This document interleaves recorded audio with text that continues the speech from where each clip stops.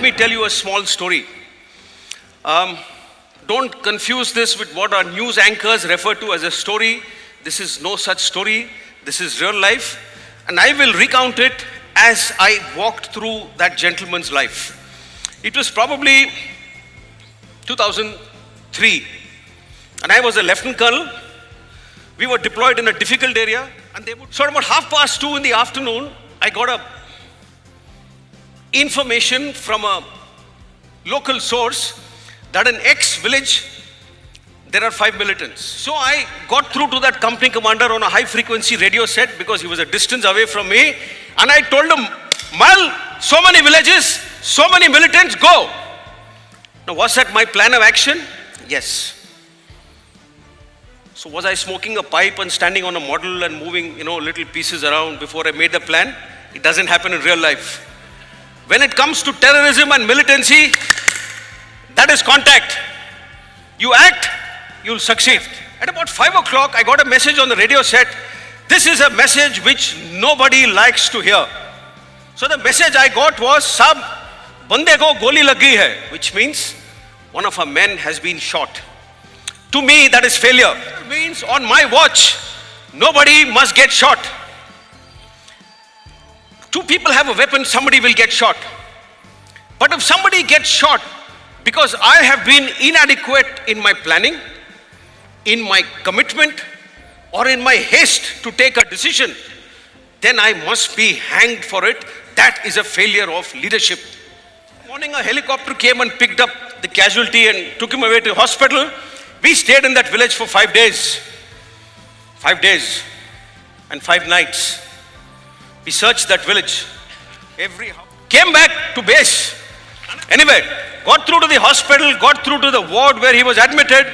A nurse picked up the phone in the ICU and I asked her, Banda kaise hai? Start again. I asked her, how's my soldier? She said, sir, his femur has fragmented at 2 places. Now please understand, the doctors here may know, when you break a bone, it breaks like this, clean. When it fragments like this, multiple pieces, which is why there was blood all over on his leg. So femur left 2 places. To keep a long story short, he had small holes on the left side, but he had a hole the size of a baseball on the right side. The fact is that when he was put into the helicopter the next morning, his entrails and inside were put in a little polythene bag and put inside the helicopter. When he fell, his chest hit a rock, like that. Now, those days, the bulletproof vest was a sheet of iron. So the iron, when it hit his chest, 5 of his ribs got fractured. So I said, put the handset near his ear. The transmission of the good wishes of so many of our men, which I will relay to him, will help him get better. So she got the handset near his ear and said, sir, you can speak.